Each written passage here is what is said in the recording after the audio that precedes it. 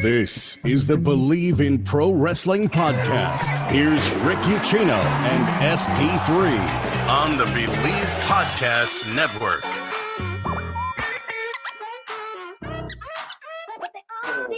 Well, good Friday afternoon, 3 p.m. Eastern Standard Time on October the 6th. I still cannot believe it is October already. SP3 not here this afternoon because this is a special edition of the Believe in Pro Wrestling podcast. It is the Fastlane edition tomorrow night, live from the home of the Indiana Pacers in Indianapolis, Indiana. 5 big matches. Count them. 1, 2, 3, 4, 5. Maybe we get some more added tonight on SmackDown. Possibly. Potentially. I would hope, if their reports are true, that Jade Cargill is supposed to be making her debut this weekend, and she's supposed to be on the Raw brand. There's some things that aren't adding up there. Jeremy Bennett joining me here today to break down that. We have some Stardom free agency news. WWE is loading up on NXT, and oh yeah, there's this guy named Phil Brooks who's out there who's reportedly in contract negotiations. So there's a lot to fill the time here today. Jeremy on the Fastlane Prediction Show. Welcome in. How you doing, good sir? It's been a hot minute. The host of Lost in the Midcard, which you hear every Monday at 7 p.m. Eastern Standard Time here on Believe in Pro Wrestling. What's going on, man? Hey, man. It's it has been a while, but good to be on. Good to be on with you. It's been a while since the two of us have been on a show together. I know, right? Luckily, I got Fridays off now, so I got some time. And yeah, old Uncle Dave gave us some. Old Uncle Dave gave us some news to talk about today, didn't he?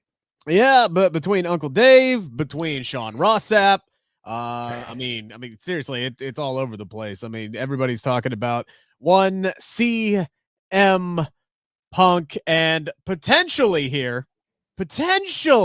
and you know what potential is? Potential is ain't nothing happened yet.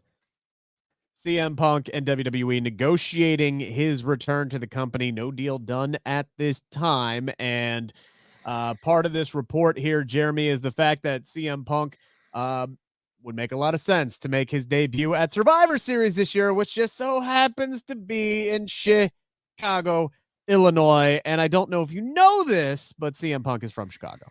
No way. Did not know that. Yeah, believe it or not, he's from Chicago. Well, at least we know he'll get cheered. Will he, though? Will he? Oh, in Chicago, they boo the Young Buck. They boo Hangman Page. Yes, he will get cheered. I was at All Out. Okay, they did not, or excuse me, All Out. Right? Out. I was at All Out. They did not boo Hangman Adam Page. They did not boo Kenny Omega. Now they booed the Young Bucks out of the building. That's a fact. Yeah. But Hangman Page and Kenny Omega were hailed as heroes that night. So the Young Bucks were the scapegoats on that night.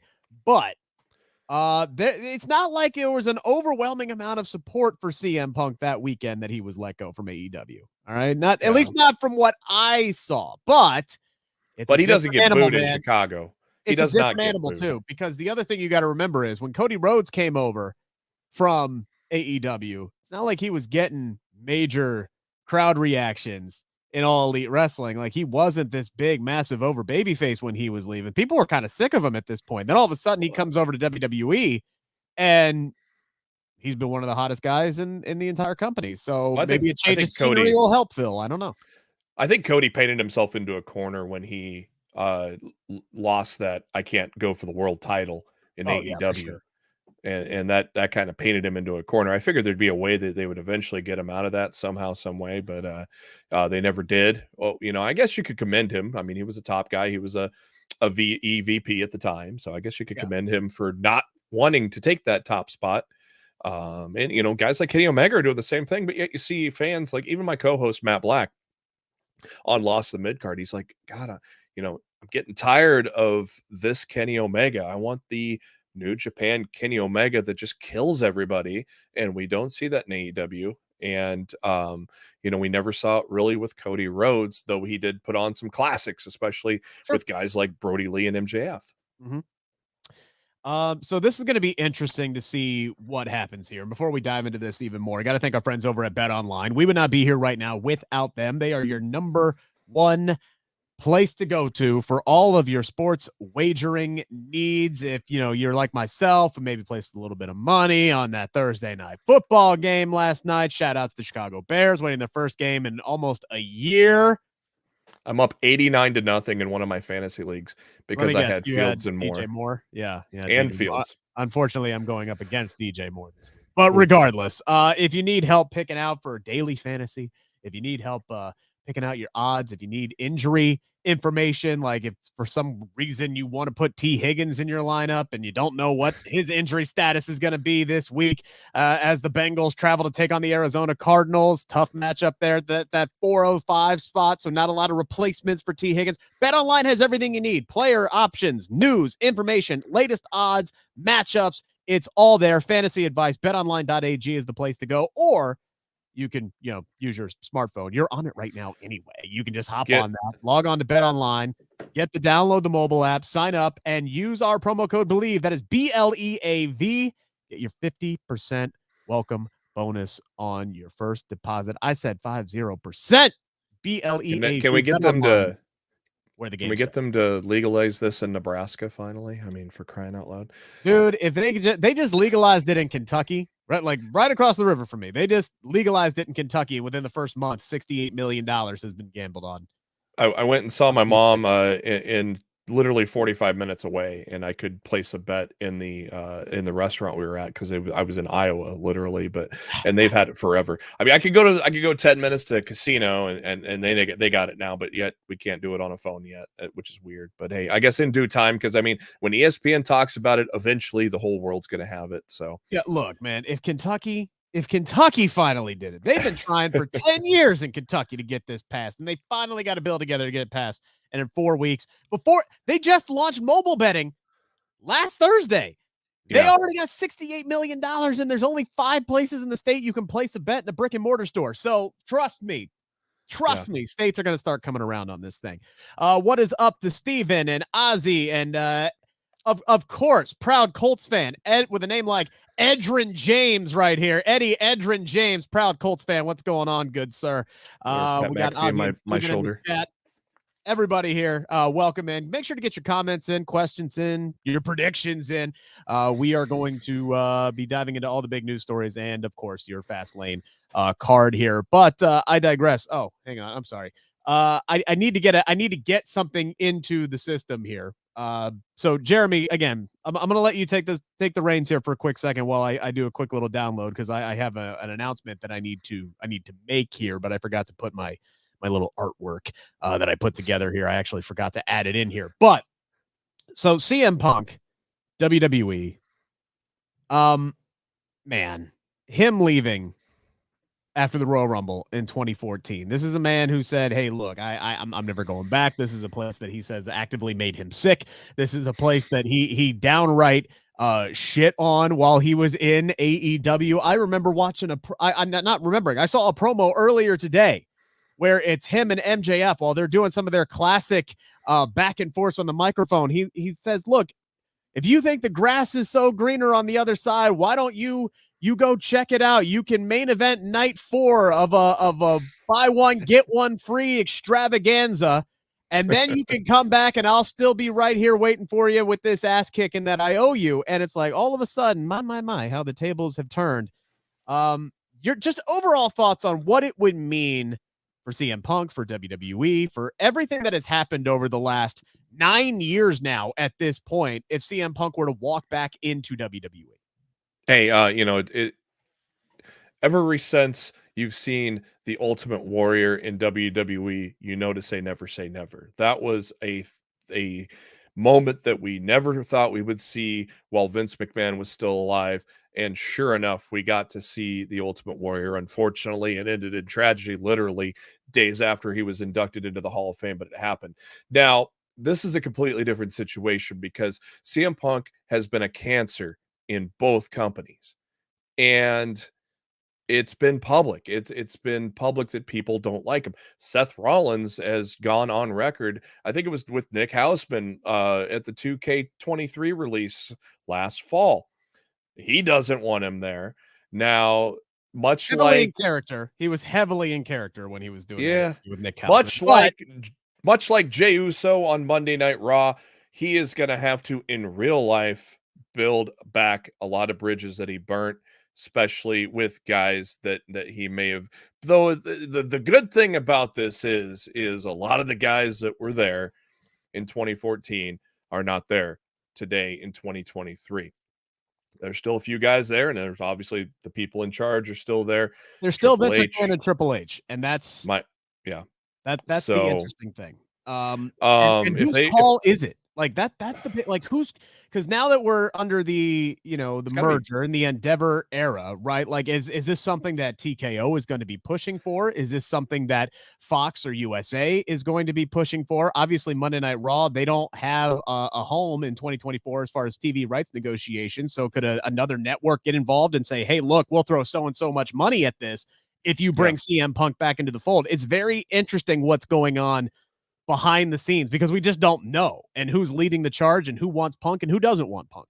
Well, it's interesting because Dana White never wanted him back again, but yet he is, only a cog in the wheel with Endeavor now. Obviously, Endeavor is the boss now. So obviously, Endeavor knows how much he moves the needle, how much merch he sells with AEW, how much literally look at that very first Rampage that he debuted at. Rampage is barely getting 300,000 views. That night, I think they cracked almost 1 million, if I remember right.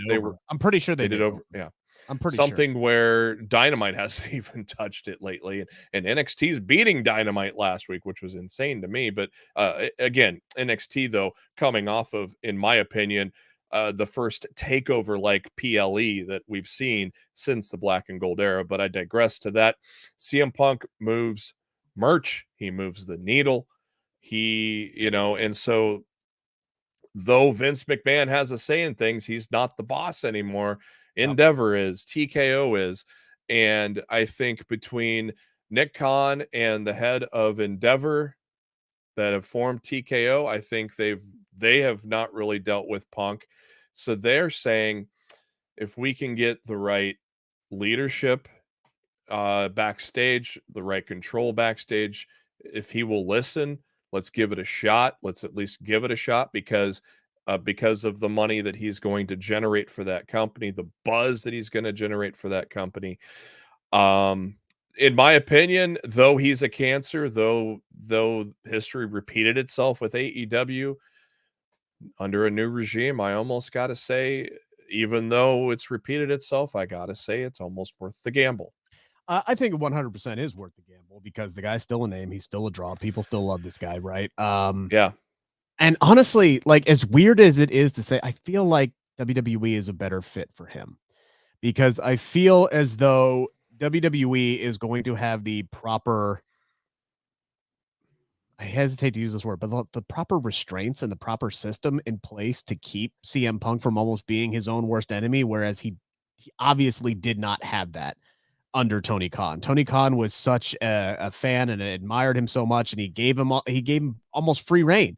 And never thought the day was going to come that he was going to let him go. Yeah, exactly. He had this man allegedly lunged at Tony Khan to the point where he felt like his life was in danger, and he still didn't want to let him go. All right, like that's where things got to the point in AEW. So I think in WWE there's going to be the structure. CM Punk knows that he's going to have a much shorter leash in WWE. He's going to have to, obviously he'll have some creative input, but just the simple fact that Punk is willing to come back, he's negotiating. I think he knows it's his one final opportunity to leave wrestling on a high note. He left WWE on a very low note, did not come back for 7 years. Everything completely fell apart in AEW. I don't think he wants his pro wrestling career to end that way.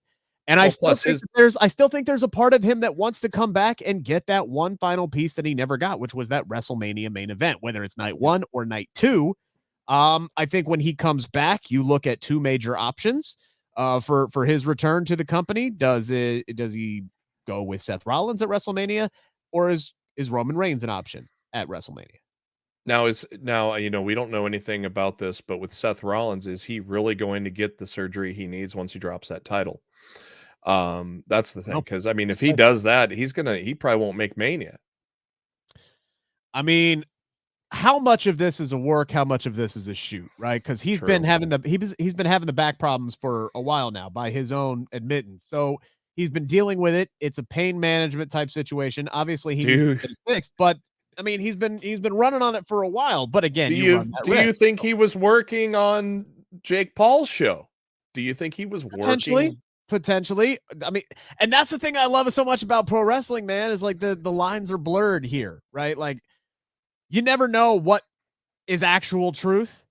As long as somebody is employed by a company, you never know what is actual truth and what is only part of the truth. And then when you look at Shinsuke Nakamura bringing this into part of the storyline, okay, is this life imitating art? Did this become a storyline because Seth Rollins put that into that the impulsive interview, or did he plant that on the impulsive interview because they were going to turn it into a storyline? I don't know. And I don't care either way, because what has happened between Shinsuke Nakamura and Seth Rollins has been incredibly, incredibly good stuff. I will say this about CM Punk before we move on. I think it would be worth WWE's risk to bring him in for obvious reasons. I think CM Punk at least would be willing to play ball early on, but I'm not signing him to no long-term guaranteed contract for several reasons. One, because he's proven he hasn't been able to behave in a backstage environment. And two, he hasn't been reliable in the ring. He has been very injury prone, couple of freak accidents, but like body durability, can he hold up? I don't even like the fact of him coming back in Chicago, to be completely honest with you. I think it's tired. I'm tired of him. I'm tired of the city of Chicago.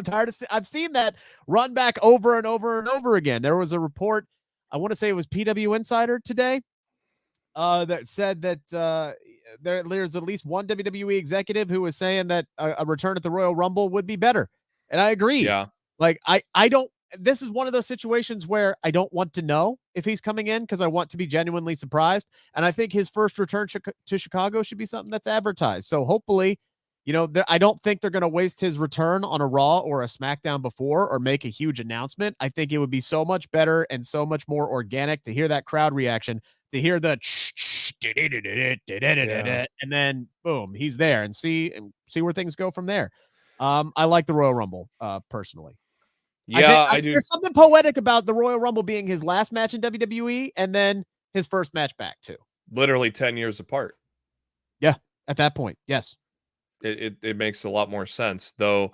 I think WWE feels the safer bet that he's going to be very welcomed by Chicago. So then that's going to tell the casual fans to cheer for him as long as they're making him the babyface. But if you're putting him against Seth Rollins, he's not going to be the babyface. So maybe you don't, you give him that initial pop at the Rumble and then you turn him heel on Raw the next night and set the program with Seth Rollins. I would do it. Chicago makes sense to play it safe, but I would do it at the Rumble just like they did back when there was a brand split and we set up one of the greatest WrestleMania matches of the past 15 to 20 years when Shawn Michaels and Kurt Angle started their program at the Rumble, because they were separated by brands. So you could do the exact type of deal, set up a program between Rollins and because I would say Rollins is probably not going to be champion by the time we get to the Rumble, either Maybe. Saturday or Priest. I think either Saturday or Priest is going to happen between now and the Rumble. And so now Seth is without a title. CM Punk comes in and screws his chance to get another shot at the title at WrestleMania. There you go. That's built in right away if you do it that way. There's a lot of options you can go, right? And bringing in Punk really kind of makes WrestleMania 40 almost like this huge can't miss level event, because especially if you think The Rock's going to be there. Right. So, we're talking Roman Rock. We're talking Punk on the card. Does he face Seth Rollins? Does he face Cody Rhodes? Where does Cody Rhodes work into the equation if it's not Seth Rollins? And does LA Knight win the Rumble? He's going to be a heavy favorite. Where does LA Knight go? What is Sami Zayn and Kevin Owens? What are they doing? You have a lot of over baby faces. Like, what are we doing on the SmackDown women's side of things? Where's Jade Cargill in all of this situation? Where's Bianca Belair? Thank God this show is 2 nights. There should be at least, the way that this women's division is set up right now, there should be at least 4 women's matches at WrestleMania next year. I think Charlotte Flair, Tiffany Stratton should be a WrestleMania match. I think that would be a great feud for Tiffany. She's obviously going to be coming up very soon, if not already, Yeah, so, she already got put over massively in the fact that, I mean, just the way her and Becky worked together, both of those matches were just amazing. So there's no doubt she's going to be coming up soon. I think her and Charlotte would be a great feud for WrestleMania. Yeah. I mean, Damian Priest is a wild card here, whether or not he cashes in. When he cashes in, does he cash in successfully? Do they wait until WrestleMania to cash in? Yeah, he's got till June, so yeah, he's got a while, so he doesn't have to cash in before then. Again, I go back to, man, it would be such a Rhodes booking if Cody finally finishes the story, wins in the main event of WrestleMania, and then Damian Priest cashes in on him. And I'd be all for that booking. I'd be all for that booking if we haven't seen Cody Rhodes Battle Judgment Day for like the last 5 months, it seems like, or for 10 years. The air in Philly would be taken out if that happened. Oh my God, but you would cement Damian Priest. Oh, yeah. Lord Almighty, would you the nuclear? He would be getting Dom level heat if he did that after Cody Rhodes finally finished the story. So again, there's a lot of options. I think WWE would take the risk on CM Punk. I'm seeing in the chat a 1-year deal. Honestly, I'm not even doing time. I'm doing matches. I'm doing the Edge. We will do a 5-match deal, and let's see how this goes. 5 matches, maybe 20 appearances, and let's see how this holds up. Let's see how this goes. Very, very minor start is what I'm going with CM Punk. We got some other free agency news, and the fact that Maria May appears to be done with Stardom and is reportedly on her way to AEW, possibly, Jeremy, in a stable with Timeless Tony Storm. Ooh, man. I don't know if I like that, because we already saw Tony Storm in a stable that did not work out.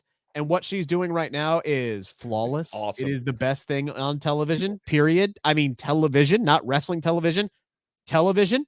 It is the best thing going right now. I'm not upsetting the apple cart on this one. I am keeping this Titty one Slap going. Tuesday coming up. Oh my Lord. Just don't amazing. Touch Tony.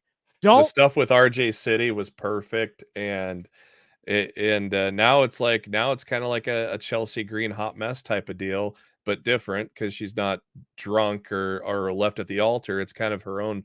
It's kind of like a mental breakdown. Marilyn. She's having a midlife crisis mental breakdown, and it is beautiful. And it is absolutely she's dressing in her ring gears like the old Mae Young ring gear, and it's just. It is just, I've always been on board with this ever since she's kind of turned that way. Matt wasn't on the fence at first, but he's come around on it now. And you know what's amazing about this? She's 27. I know. She's only 27. And she is really, really, really good. She's always been great, but she's really coming into her own. I like, Maria May. I think she really, obviously, she elevated her status in the wrestling world by what she did in Stardom. I think she would be a great addition and a welcome addition to the AEW women's division. I just hope they use her. I mean, maybe she could be a second, much like not to the level where she doesn't wrestle like Rebel was with Britt Baker, but maybe she can be an underling for Tony at first, and then they turn on each other. You don't need to do another stable with Tony, definitely not. But a secondary, it might work. Hey, look, at least she's gonna guaranteed to get TV time, because they're gonna keep Tony Storm on television. Because that's gone over so well, and they're gonna continue on with it to the point where she may be a 3-time champion before we know it. Let's hold off on that, because again, everything she's doing is great, and I do think there is down the line there is money in her being that Marilyn Monroe superstardom. I've got my gold accessory type story, but I keep her on the downward crazy spiral. Well, maybe there's been a lot of talk. A lot of the women are saying, "Well, it'd be nice to have tag titles," So maybe that's coming. They have enough titles. They have enough titles right now, and that's me saying that, who's always begging for more stuff for the women. Well, it doesn't help when you're. Speaking of AEW, before we move on to our picks for Fastlane, I threw out a tweet yesterday at 11 a.m. Eastern Standard Time. It's a very important tweet and one that you might want to repost, especially if you are already a subscriber to Believe in Pro Wrestling. Because if you do that, you are registered to win one of 2 sets to AEW Full Gear Saturday, November 18th, live at the Kia Forum. You get to California. We'll get you in the door.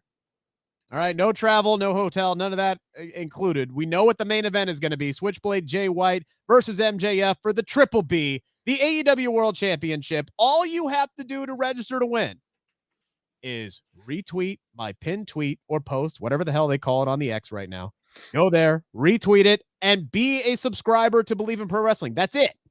That's it. If those 2 things are done, you're registered. You're ready. You're locked in. You're ready to go. Again, we're going to have 2 winners. You and a friend in the door. It's on us. You just got to get to California. So where are my West Coast fans at right now? Because y'all, that's much easier for you guys to get there. I know Josh in the chat, Josh on social media was saying, hey, look, man, I'll get there. Somehow, some way, you get me in the door, I'll get there. All right, so there's a passion for this. Might see a title change, too. Might see a title change. Might see a debut. Might see Maria Day there. I would not put it past them to put the title on Jay White as much as they've been putting Bullet Club Gold on TV. You know who you might see? Might see Mercedes Moné debut in AEW. I still think there's a chance she comes back to WWE personally. But a lot that Endeavor deal, I'm telling you, it's going to change. Charlotte did bring up the 4 horsewomen last week. She did. And of course, Tiffany did as well in NXT. One person we already know who is in WWE is Jade Cargill. And reportedly here, Jeremy, she could be debuting this weekend at Fastlane. Now, this was PW Insider who reported this and said that the plan would be for her to be on Monday Night Raw. Now, I find this interesting, Jeremy, because that math don't add up.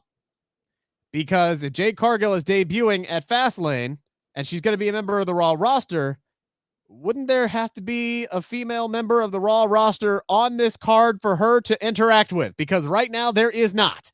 We have 5 matches, an undisputed tag team title match, a trios match, the World Heavyweight Championship match, the SmackDown triple threat for the Women's Championship, and then our tag team, what I assume is going to be the main event, John Cena, L.A. Knight versus the Bloodline.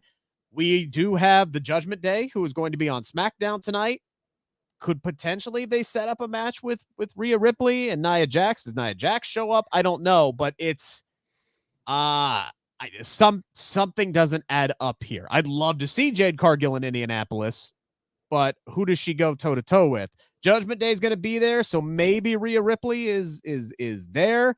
Does Jade Cargill show up and interject with the street business? I don't know. This is interesting to me that they would choose Fastlane as the place for her to make her debut. Well, I would assume that she's probably going to debut and take out Zelina Vega and join Bobby Lashley and the Street Profits. But if they said Monday Night Raw is where she's going to go, that don't make any sense either. That's what I'm saying. Something doesn't add up. And I don't think Jade doesn't need to be a part of a faction either. Yeah, we don't know. Jade we don't know on her own. Yeah. We don't know that she's going to be on Raw, though, for sure. I mean, they just again, we don't even know that she's going to be on Fastlane. This is a PW Insider report.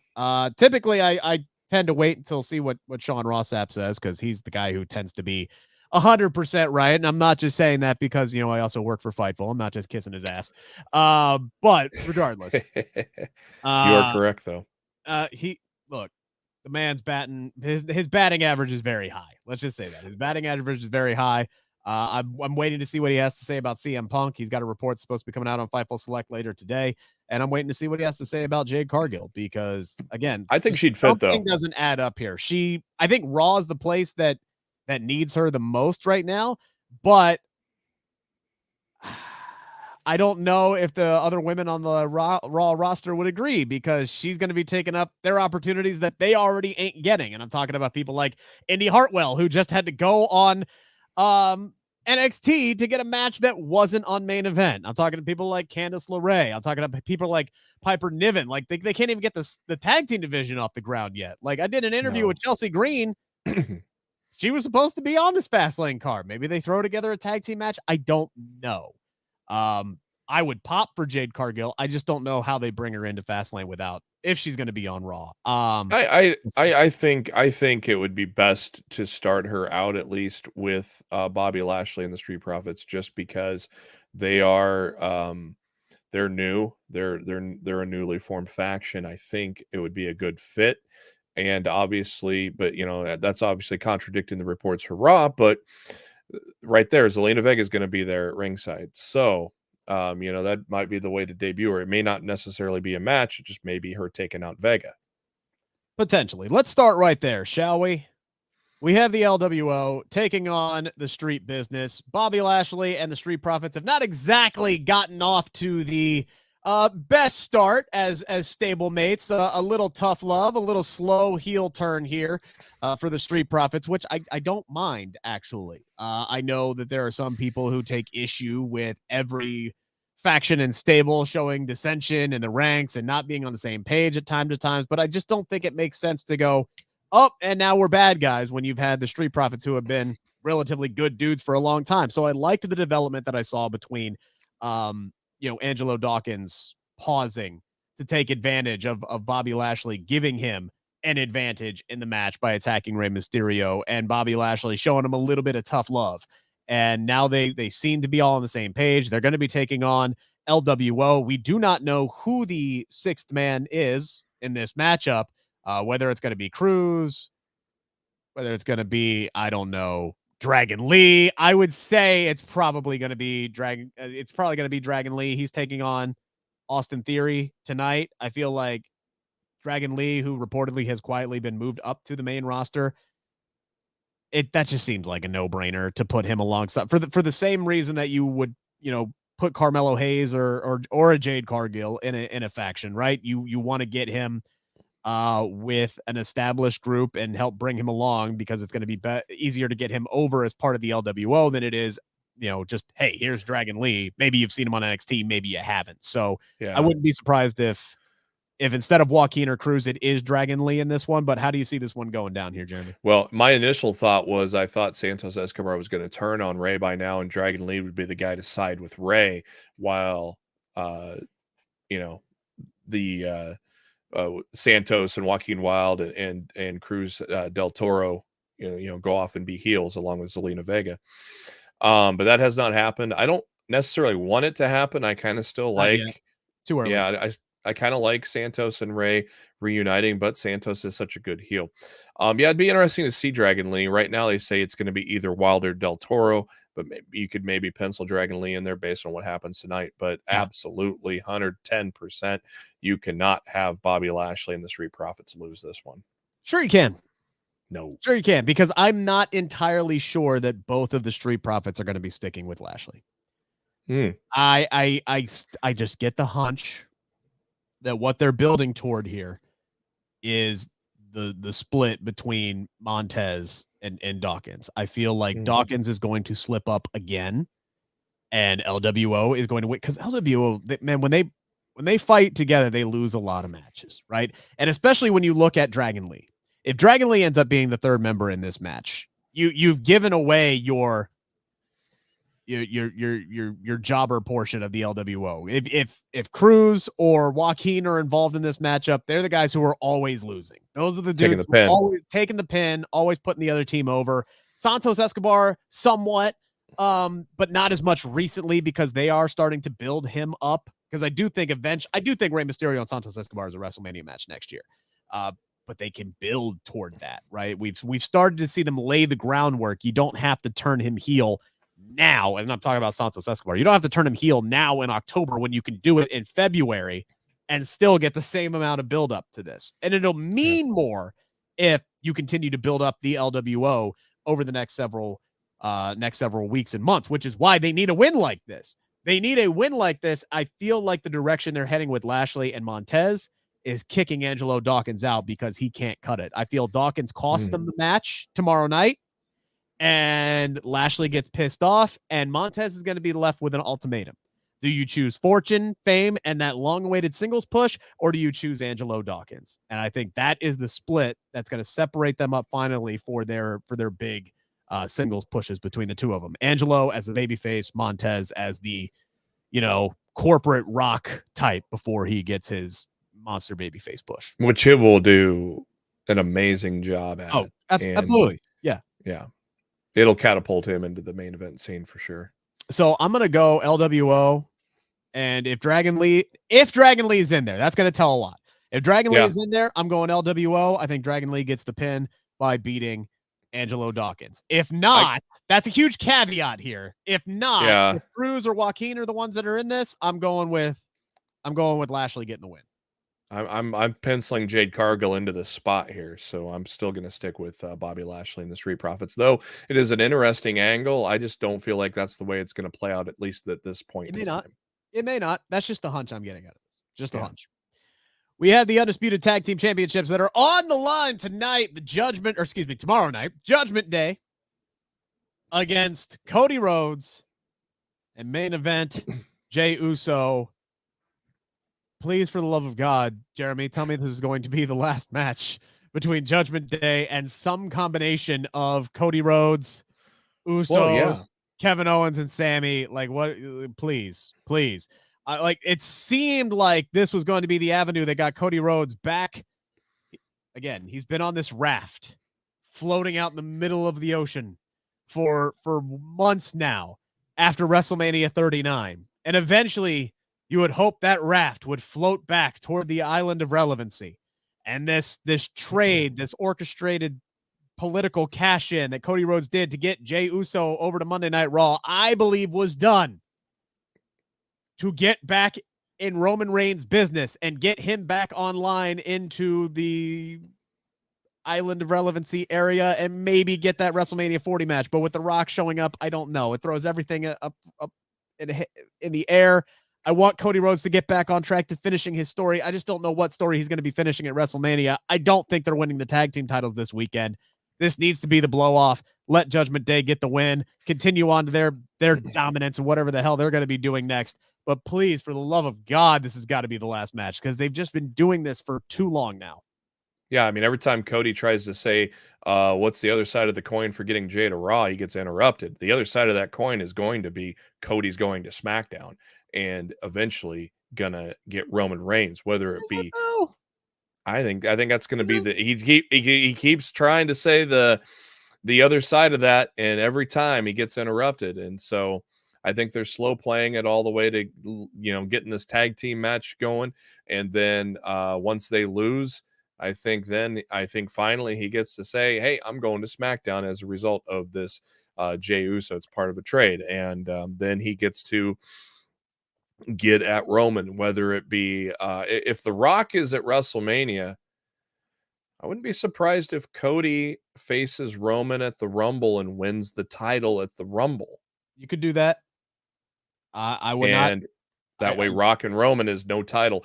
But I'm afraid you don't need the title for Rock and Roman. You don't. No, but I'm afraid we're at this point. I'm afraid they are keeping that title on Roman to surpass Hulk Hogan now at this point. At this point, yeah, it's a real look. And according to reports, like again, it was Sean Rossap who said not that long ago, Roman Reigns is dropping the title when he feels like it's the right time to drop the title. So if he's got full creative control, who knows who he's willing to drop it to, when he wants to drop it. When is he going to be back? He's supposed to be back for the Saudi Arabia pay-per-view in November. So we'll see. Maybe some kind of you could have Cody and Jey win the titles here tomorrow night and set up Roman coming back, but you could also do that with our main event matchup tonight as well, which I think is far more likely that we get winners there between LA Knight and John Cena, which we'll get to that. But are you picking Judgment Day to retain here, Jeremy? Yeah, because I think the team that's ultimately going to take it off of Judgment Day is going to be DIY. And that is why, by the way, that I don't think Cody's the guy who's going. I think Kevin Owens is the guy who's going to SmackDown to split up Kevin and Sammy. Because if you remember, who was the first guy to welcome Jey Uso to Monday Night Raw? It was Sami Zayn. Mm-hmm. And then that same night, we get Adam Pearce talking about how there's going to be trade compensation and it's going to upset some people. Well, what if it's the fact that Sami Zayn is the one that gets upset, and the fact that his best friend and tag team partner Kevin Owens is the one who gets traded, and now he has some resentment toward Jey Uso. That's why I thought it was going to be Cody Rhodes. It upset people because Cody brought Jey to Raw, and that's pissing a lot of people off, like Kevin Owens and Drew McIntyre. So then the fact that Cody brings Jey over to Raw to upset the apple cart and piss off people that the Bloodline have feuded with over the last 3 years, and then Cody just ups and leaves to SmackDown. I think that's what Pierce was to me, that's what Pierce was saying, where people are going to be mad is because Cody came and brought this chaos to the roster, and he's going to bail and go to Friday nights. I think the person who's going to end up being upset is one of Jay's very few allies on Monday Night Raw and Sami Zayn. I think that might rekindle some rough tides ahead here, shall we say. And that might put together a tag team of Sami and Jey. Potentially. Down the line. Maybe. Possibly. I'm still convinced it's Cody Rhodes, and that's his way to get to Roman. Because I don't think Cody's winning the Rumble. We're both picking Judgment Day to retain, though. Yep. Because I think DIY is going to be eventually the team to take it off of Judgment Day. I hope so. I'm happy to see DIY is even in the fold after the reports came out this week that those plans were scrapped back at when Ciampa came back in Cleveland, right? Yeah. A lot of work that has to be done, though, with the casual crowd. Obviously, the NXT crowd and the hardcore crowd love it. But they got a chant. They got a DIY chant this past Monday. But again, hardcore fans. And I think the casual crowd they weren't won over on Ciampa quite yet, but I think that match with Gunther, I think probably put him on that map. Now Gargano also needs work too, because he has been booked poorly ever since being called up. Hell, so he's barely been booked. So he needs to get reestablished as well. So putting DIY together and showing that casual crowd that may not have watched Black and Gold what they can do, get them on the side, and obviously you're taking on the Judgment Day, you're going to get cheered. So now you get a kind of teach the people that didn't know who DIY was before. You get to teach them with showing them things of the past, and then having them just have epic matches to win over the crowd and rebuild both guys to the point to where they were when they were in the Black and Gold. Yeah. This kind of feels like a now or never with Johnny Gargano. Start, stop. He was hurt. Oh, shit. He might want to leave. I mean, if it doesn't get any better, he may want to go whenever his contract's up, because he knows he will succeed in AEW. Yeah. If he can get on the indies. We've said that about a lot of people who have gone over. And you got guys Cardona. Like Keith Lee. You got guys like Keith Lee who are basically in the same boat, except they're not. You got guys like Matt Cardona banking it in the indies. So the indies are very lucrative too. So, and he would obviously thrive and sell tickets at GCW and any other place that he goes to. So give Johnny a chance to cook on the main roster. They have not done it. He's really he's a great overall performer. He's entertaining. This is the time to do it. It's the time is now. Time absolutely it has to be now. Is the time now? Is the time now, Jeremy, for Shinsuke Nakamura to win the World Heavyweight Championship? He has been the bane to Seth Rollins' Batman, promising to break this man and take the World Heavyweight Championship. He has been playing mind games. He has manipulated him. He has worked Seth Rollins. He has played this man like a fiddle to get him right where he wants, a last man standing match at Fastlane for the World Heavyweight title. You want to talk about now or never? I feel like it is now or never for Shinsuke Nakamura. Does he get the title this weekend? I'm seeing people in the industry predicting that Seth Rollins is still going to retain, and I go, if that is the fact, then you have just completely wasted what has been a brilliant heel turn and the best run Nakamura has had in WWE. Well, I mean, NXT was great, obviously, a 5-star match with Sami Zayn, which I was in person for to see. But in the main roster, obviously he won the Royal Rumble, but has never been world champion. This is the best they have booked him. This has been just brilliant storytelling that has been going on, and it's going to be a complete waste if Rollins retains. So obviously I want Nakamura to win. I wanted Nakamura to win before their first match, but you have to put the title on Nakamura now, because otherwise you have just completely wasted everything you've done to build him up over the last 2 months. So there's a lot of thoughts running through my head on this. And I wholeheartedly agree with everything you said about Nakamura. The fact that it's taken him this long to learn how to present him. It's like, did nobody watch a Tarantino movie? Like, seriously, just somebody watched Kill Bill and finally realized, oh, hey, we could do this with Nakamura, I think. And yeah, hey, it's freaking worked. And Vince never, and with especially with Japanese wrestlers, but any foreign wrestler, Vince never realized that you can still make an impact with having them talk their native language with subtitles. And you've seen it with these Nakamura vignettes. They have been absolutely knocking them out of the park with whoever has been putting these together, whether it's Jeremy Borash or whoever's doing these right now. They have been knocking it out of the park with the Nakamura vignettes. You absolutely don't have to have this man cut a promo in front of a live audience. You don't have to. And I think that's what they try to do. Like, it's the old adage, they're trying to judge a fish by his ability to climb a tree, right? Like, just if you put this man out there and you try to have him speak English in front of a live audience, you're going to get the what chance. It's going to be annoying. People are going to tune out. He's going to struggle, and it's not going to go over well. If you just have him be this manipulative figure, the fact that he's whooping Seth Rollins' ass while he is also counting to 10 on the Jumbotron. Oh, I loved it. Spectacular. That was great. Spectacular. It was total top level heel shit, at least as far as PG WWE is concerned. So yeah, again, there's, as we saw with, Adam Copeland and Christian, there's only so far you can go. And then in AEW, GFY. You could take it to a completely different level. But I love that. By the way, there's the work that Nakamura has been doing has been great, and I agree with you. If he doesn't, I'm going to be pissed if he loses. I'm going to be legitimately through pissed on his promises. If he doesn't follow through on his promises, it kind of wastes and kind of spoils that character, because you're not going to be able to take him seriously with his next opponent, if he even has a next opponent.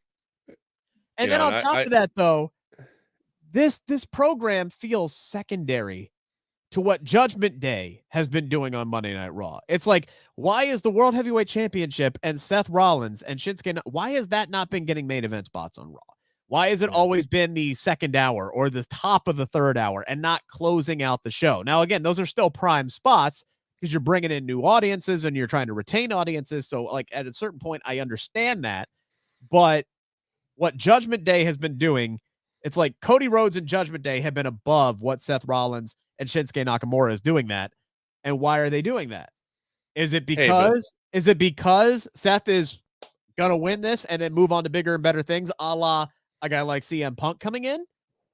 I think you could still do that. You could still bring Punk in at the Royal Rumble and give Shinsuke Nakamura his moment. You can have him win here. Now, this is why it's now or never. You have him win here. You have him break Seth Rollins. You take Seth Rollins off of TV for several months. He comes back.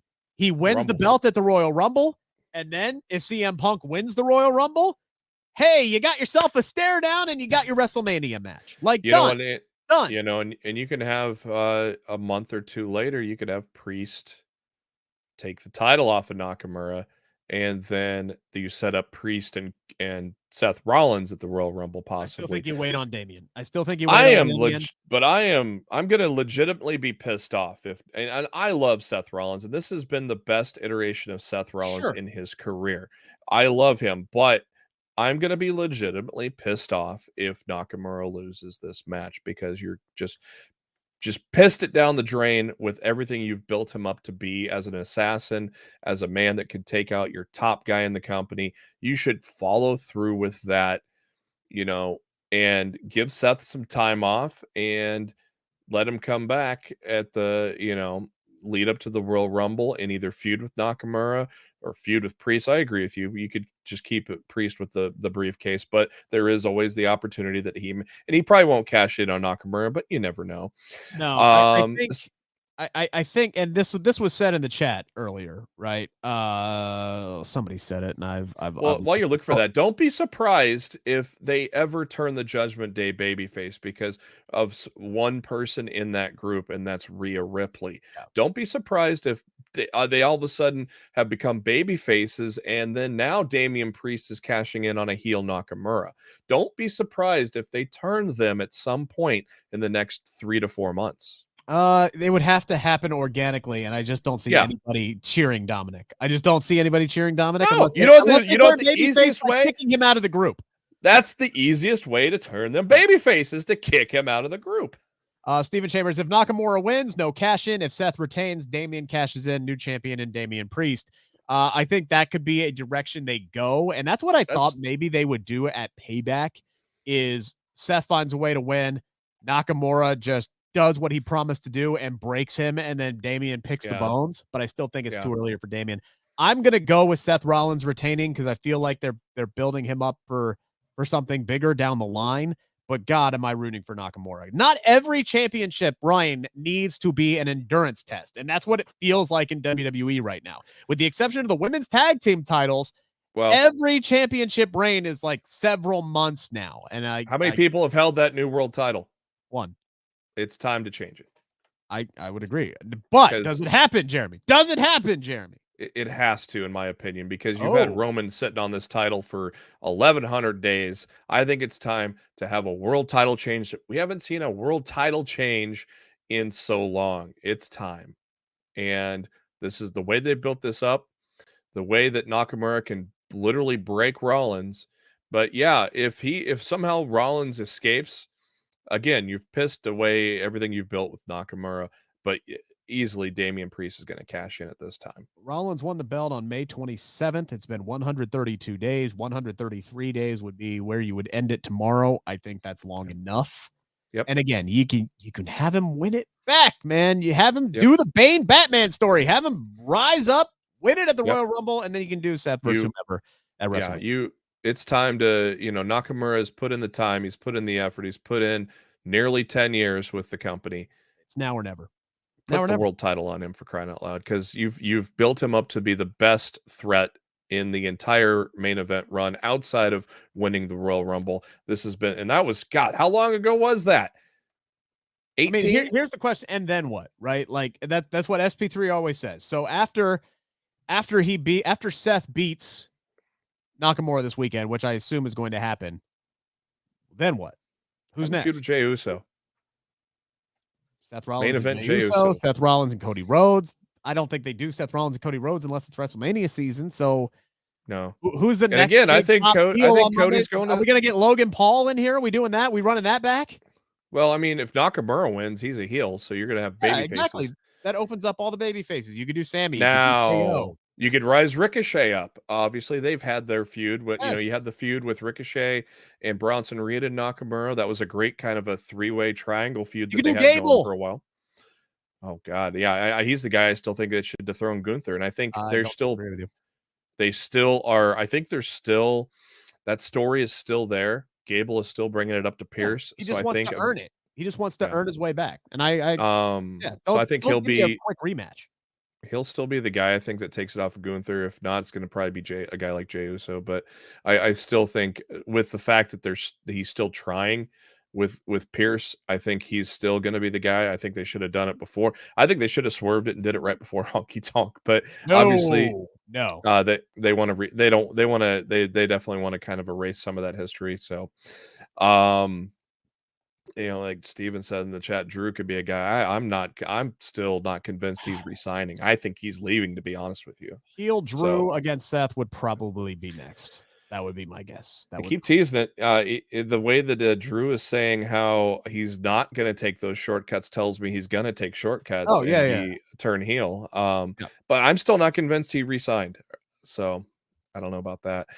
Honestly, there's also the report that there's a lot of AEW people who might be swinging over here soon. So there's going to be a whole new crop of people. You could bring somebody up from NXT. I mean, the bidding war of 2024. But again, I am going to legitimately be pissed for a little 10 minutes probably if Nakamura loses. But I will be still pissed. I will be pissed off if he loses. I just think calling the upset here. He's calling Nakamura to win though.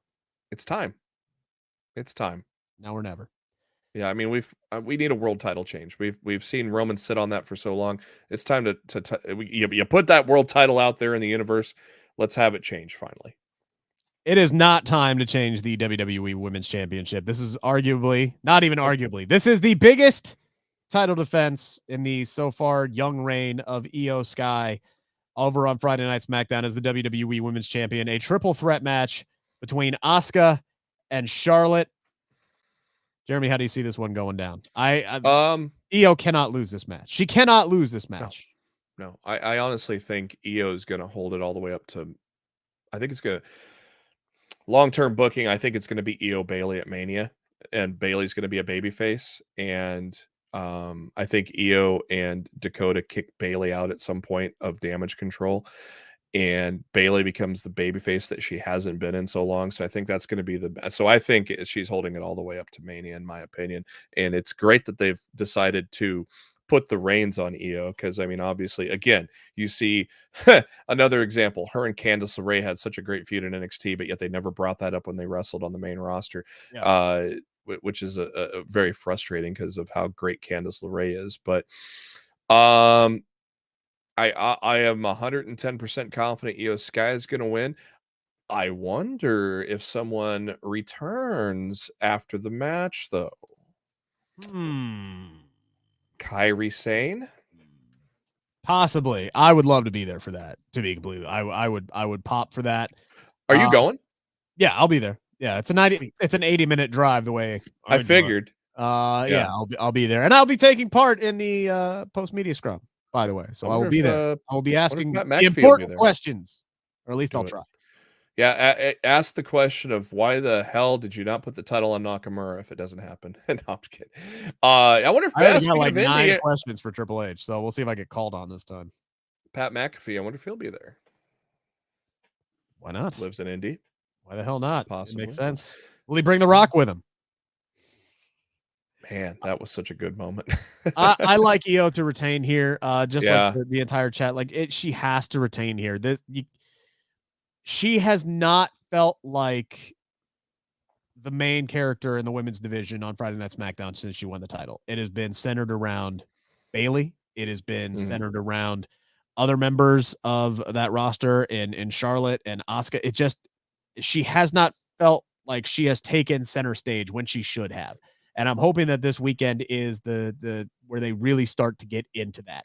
She's going to win this match by beating Asuka, even though she should beat Charlotte and do the repeat or the reverse of what happened when Charlotte was the NXT Women's Champion and they put the belt on IYO. They had IYO beat Rhea Ripley to take the title off of Charlotte Flair. So I'd like to see IYO beat Charlotte this time around to retain the championship. But I have a feeling that that's the Saudi Arabia match, or at least that's a Survivor Series match, or maybe they have like a 3-way. Bianca Belair could show up and get involved in this. There's a lot that is up in play here. Jade Cargill, as Steven said in the chat, Jade Cargill could show up and get involved in this. There's a lot of interesting things at play, but somehow, some way, IYO SKY has got to retain this, and it's got to make her look good in the process. This cannot be a Liv Morgan level title defense.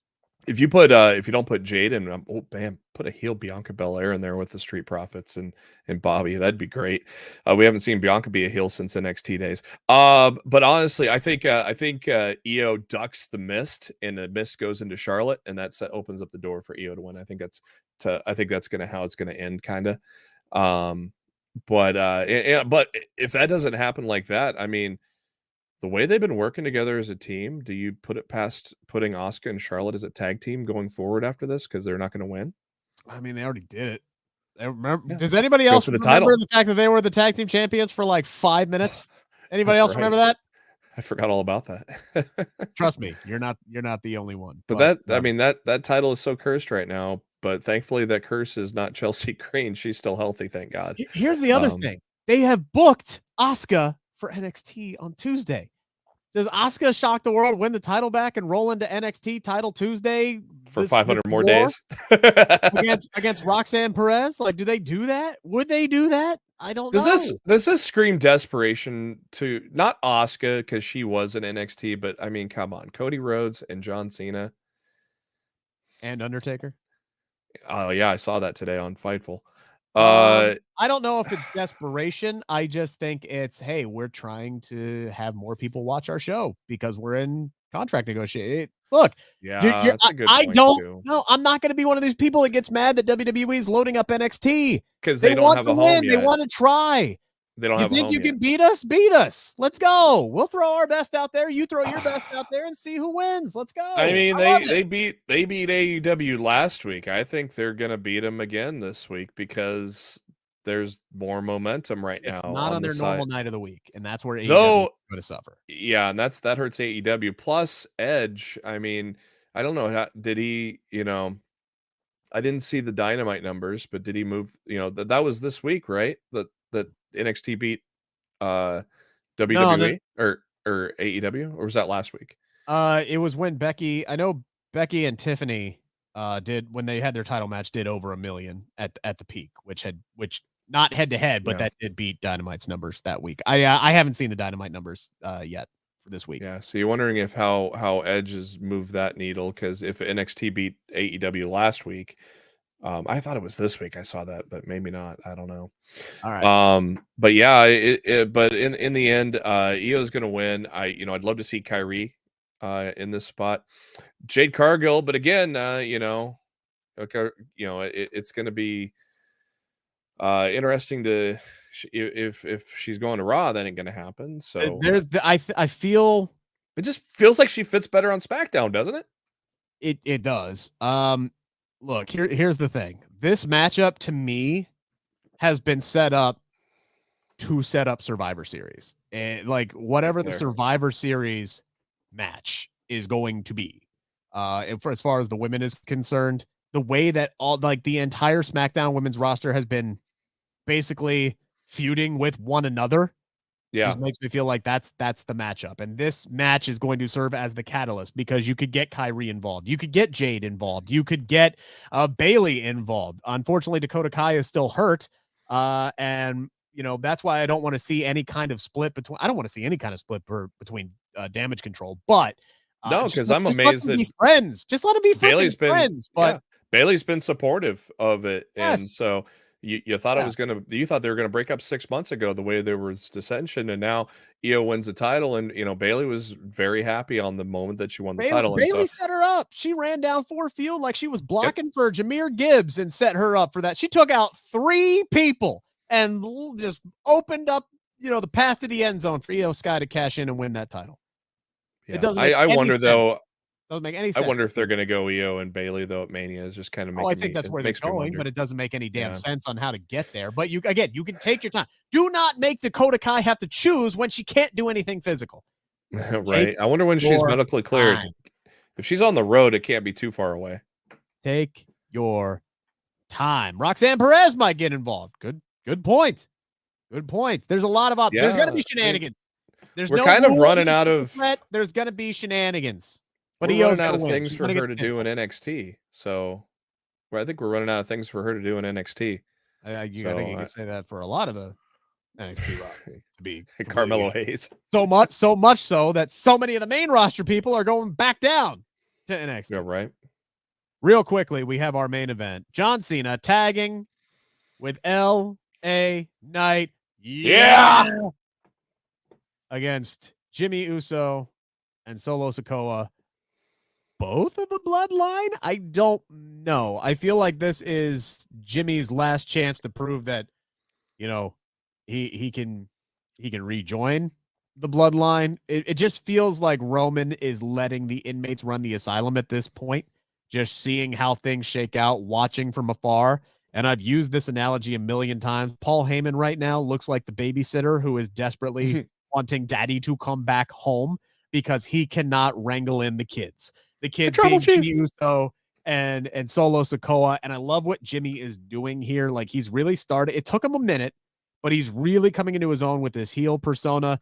Last week on SmackDown where he held the hand out, pretending to be Roman Reigns, and he laughed it off. And then he took the mic away from Paul Heyman anyway. Complete disrespect for the wise man, and he's attacking people backstage because Mia Yim smacked the ever-loving shit out of him, and he's just attacking people, and he's unhinged. I still think the whole catalyst for this is Jimmy was fully prepared to go out on his own, and that first night on SmackDown, he got punked by AJ Styles. He got punked by like 2 other people backstage, and he did not take it well. He did not take it well, and now he has been in search for backup. He has been in search for respect, and he feels like crap. I need to go back to the bloodline to do that. It was the 18-year-old who moved out of mom and dad's house thinking he knew everything, and then by the time the middle of the next week showed up, they didn't know how to do their own laundry, and they're knocking back on the door saying, "Let me back in. I'm sorry. I love you." I feel like that has been the story of Jimmy Uso so far. He was expecting his brother to welcome him back in with open arms, if not right away, at least eventually. That did not happen. He was going to go out on his own. That did not work out well, and now he's desperately trying to get back in the bloodline.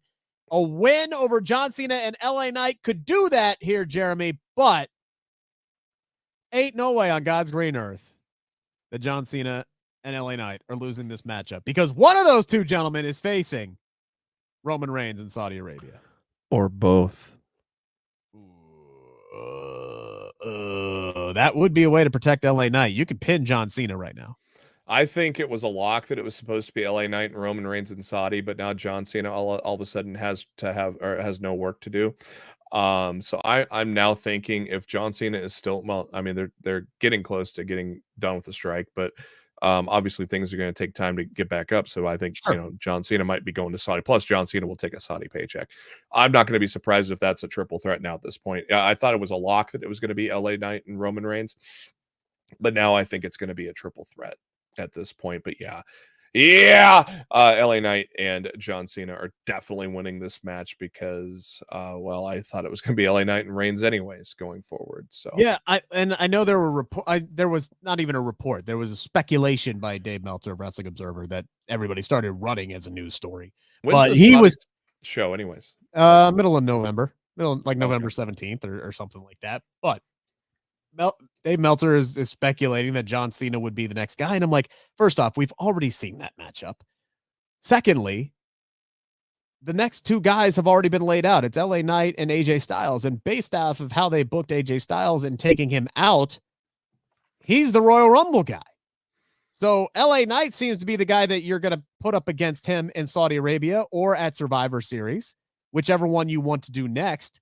But they got to win this match first, because something has to push Roman Reigns over the edge of being pissed off enough to come back and feel like he needs to clean up the mess.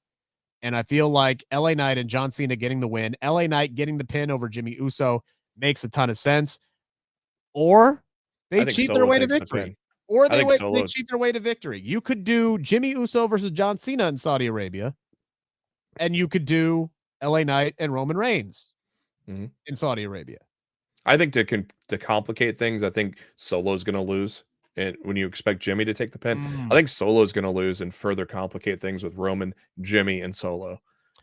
See, the work that Solo's been doing has been so subtly good. Like last Friday, right? When Jimmy is running around and he's beating people up and he's smacking people and he's punking people out. Like at first, I'll go back to the babysitting analogy, right? At first, Solo was looking at his older brother going, we shouldn't be doing this. No, Dad's going to be mad. And then after 2 or 3 times of him doing it, he's like, oh, that looks fun. Yeah, screw it. I'm in on this. And he's following suit. And before you know it, both kids are insane and they're both causing trouble. And I think, maybe Roman's going to come back and be like, how are you going to let this man who's not even part of our family anymore manipulate you into being a dumbass? Like, I feel that could be part of the story that brings Roman Reigns back into the fold. However they decide to go about doing it, LA Knight gets the pin, whether it's over Solo, whether it's over Jimmy. LA Knight wins the matchup for his team. John Cena is just going to be there to do the 5 moves of doom and set LA Knight up for blunt force trauma. LA Knight wins. He gets set up for Roman Reigns in Saudi Arabia. Is that your final prediction as well? Yep. Because it's definitely leading towards that. Plus, if this is the main event, you can go out. I mean, the crowd's going to pop for LA Knight getting a pin. Obviously, as hot as he is right now. So, obviously, I think it's definitely the way to close the show, to have Cena and LA Knight pose for the crowd. That's going to go nuts for both of them. And then we move on to the Saudi show from there, and we'll see Roman Reigns back for the first time in a long time. Has he even been back since SummerSlam? I don't think so. He's overdue. He's overdue. Yeah, that loss will bring him back. All right, Jeremy. Appreciate you tagging in this week. Hell Where yeah. can people find you? All your stuff. Plug everything. Go ahead. Follow me on the Twitter at JB Huskers. You can see me doing a little bit of live tweeting here. Not SmackDown tonight. I gotta head out to a thing there, but catch me on the Twitter or the X tomorrow night during Fastlane. Hopefully we get ourselves a good show. Catch me on this exact same YouTube channel Monday at 7:10 Eastern, 6:10 Central for Lost in the Mid Card. We'll go live leading you up to Monday Night Raw. We'll see what kind of Fallout is set for Monday Night Raw, and we'll talk about our Matt Black and I will talk about our thoughts on Fastlane. Hopefully, y'all will see me live on Peacock this Saturday night in the Fastlane post media scrum, talking to the stars and winners of the night, and hopefully Paul Triple H Levesque as well. I'll be back Tuesday. I'll be back Tuesday here with SP3. Actually, maybe not. We're trying to figure out if we can do it on Wednesday because we don't want to go on before Title Tuesday and everything. So we're gonna try to do Wednesday next week. So follow me on Twitter. Programming notes are always going to be noted there. Don't forget, check out my pinned tweet. If you want a chance to win a pair of tickets to AEW Full Gear Saturday, November 18th at the Kia Forum, you have to retweet my pinned tweet and you have to be a subscriber to Believe in Pro Wrestling. So give this video a thumbs up. That really helps drive up our audience. If you're new to the show, new to the channel, like what you see, hit subscribe, retweet my post tweet, my pinned tweet, and you got a chance to walk in to Full Gear to watch MJF defend his AEW World title against Switchblade Jay White. On us. On us. Guns Two up. winners. We got 4 tickets to give away, 2 pairs. You and a friend in the door. On us. You just got to get to California. Thank you guys so much. Enjoy all the wrestling this weekend. Enjoy SmackDown and Rampage and Collision and Fastlane. Both of us will be back different times next week here on Believe in Pro Wrestling, brought to you by Bet Online.